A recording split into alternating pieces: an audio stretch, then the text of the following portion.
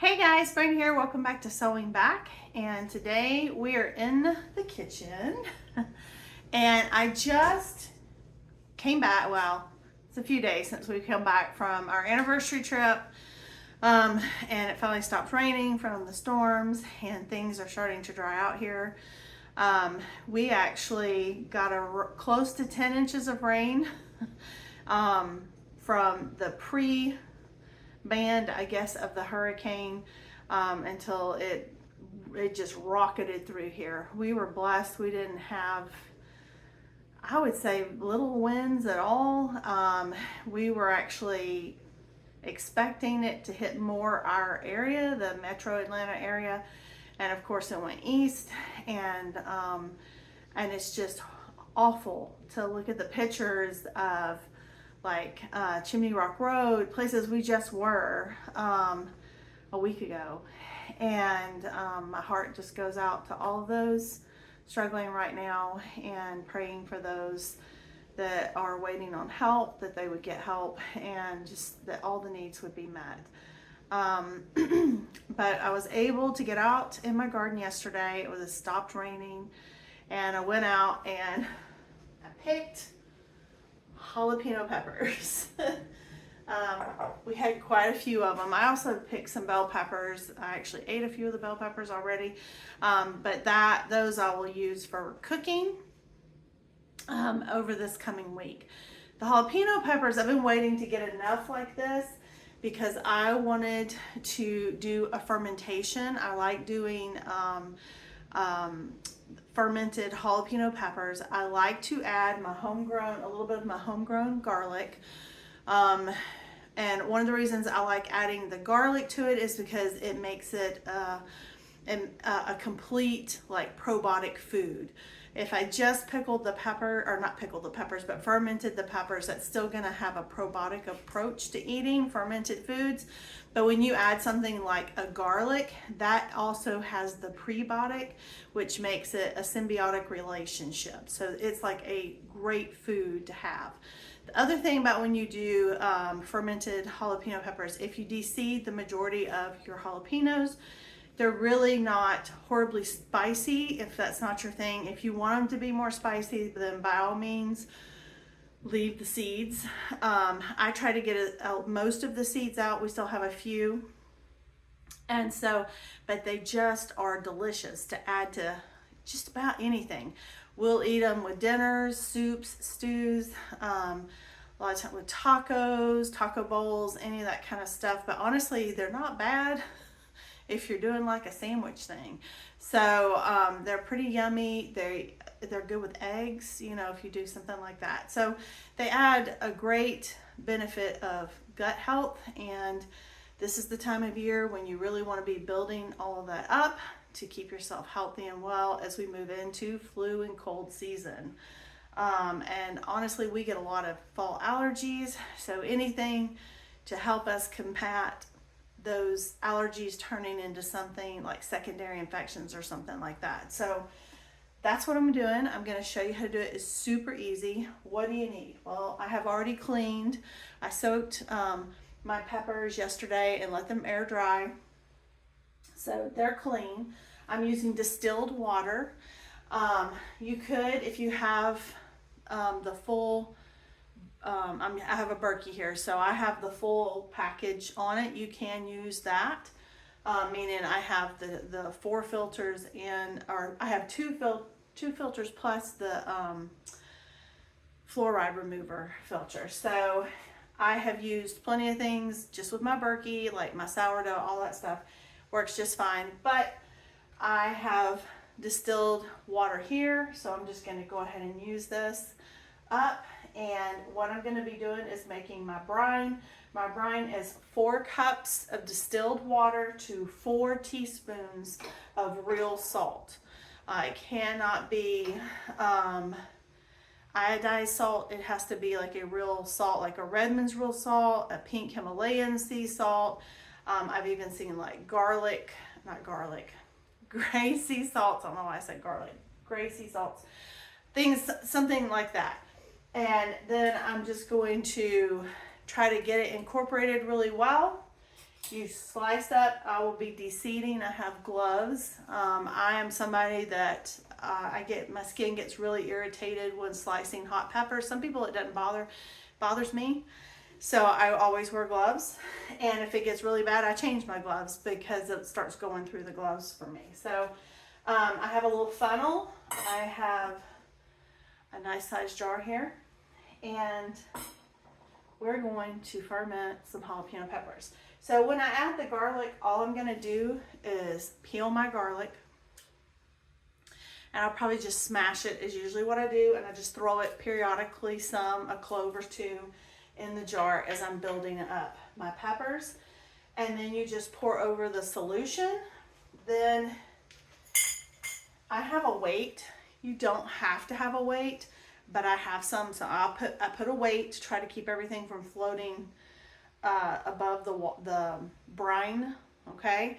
And then I actually have these that have like the little nipple for burping when you're doing a fermentation, which is helpful, but again, you don't have to do that. You could use a coffee filter, cheesecloth, anything like that. And I've got my band, so it fits like that. This is a wide mouth jar, which makes it a little bit easier. But even still, you could use just one of these if you want, but you got to remember to burp it, okay? Because as it ferments, it'll start building up gases in your jar, okay? And typically with jalapenos, we have found 5 to 7 days, depending on how warm and stuff it is in our house, is the perfect amount. After that, you're finished with that. You take all this stuff off, and then I will put a lid like this and put it in the refrigerator. I usually take the weight out as well, and we start using them right away. And I've never had them go bad. We eat them before I guess they could go bad. So it's a fermented food, so there you go. But I thought I'd bring you along, show you how easy this is. You can do this with a lot of different things, but like I said, this is one. You could totally do this if you have, you can ferment your salsa. Done that several times. If you have those last bits and little bits and pieces coming out of your garden, you don't have enough to can, make you a nice batch of fermented salsa. So, especially this time of year, usually you can grow cilantro. It doesn't bolt by this time of year. So maybe you even have some fresh cilantro growing in your garden. So let's get to this. Super easy, super healthy for you and your gut. So here we go. So the word symbiosis comes from the Greek sym and bios, which translated means together in life or life working together. So we see this in nature all around us. For instance, think of a honeybee and a flower. The same principles apply to fermented foods. So guys, when you are trying, if you're trying to de-seed, you see I have cut a round right there. You can see that? I just kind of pop mine out onto a paper plate and toss it in. If it doesn't have very many, like it's a small piece and like that, I don't worry about it. It just goes into the pot. So that's kind of how I de-seed mine. You could do it differently if you wanted, but we really like the little round slices with it.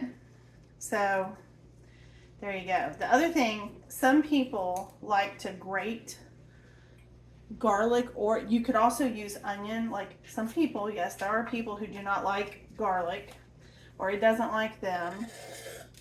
And if that's the case, you could totally grate an onion in place of the garlic. And guess what? It's gonna still have that symbiotic relationship because onions are like a prebiotic. They feed the probiotic. You need both in your diet. So what I ended up doing was I smashed my garlic and then I just kind of rough chopped it and I threw it in the jar with everything else. So I'm going to continue to get all these peppers in here. This again is 4 cups. I'll put this in the description. It's 4 cups of distilled water to 4 teaspoons of real salt. The other thing that you can do if you want to speed up the process, is you can put a splash of apple cider vinegar with the mother. It needs to be the ones that are unfiltered with the mother in it. You can put a little splash in there if you want to speed it up, or if you have some kefir or anything like that. But you can totally just do it with the saltwater brine. So it's kind of up to you and your preference of what you're trying to go for. I think the apple cider vinegar can add a nice little bit of a flavor to it, because that can also, particularly I have one that has Manuka honey in it, and so it can have just a little, take a little bit of the bite off. So it's kind of up to you, not really a wrong way. This is the part to get right, and then you can kind of play around with it after that. So I'll show you what it all looks like once we fill up our jar with peppers, and we'll see you soon. Okay guys, you can see I've got my jar filled up pretty well. I'm going to take this solution and I'm going to pour over my peppers here.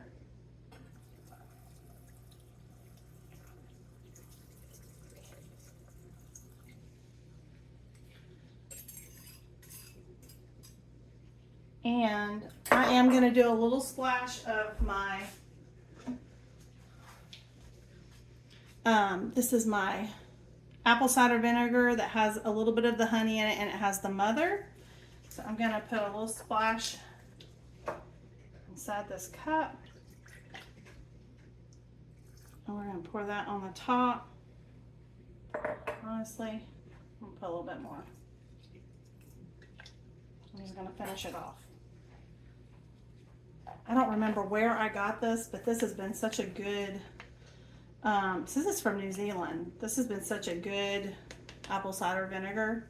I need to try to find that. All right, so now all you're gonna do is I'm gonna put my weight. Again, if you don't have a weight, it's okay. It's helpful because you can push all that and have the brine come up over the top. And then I'm gonna put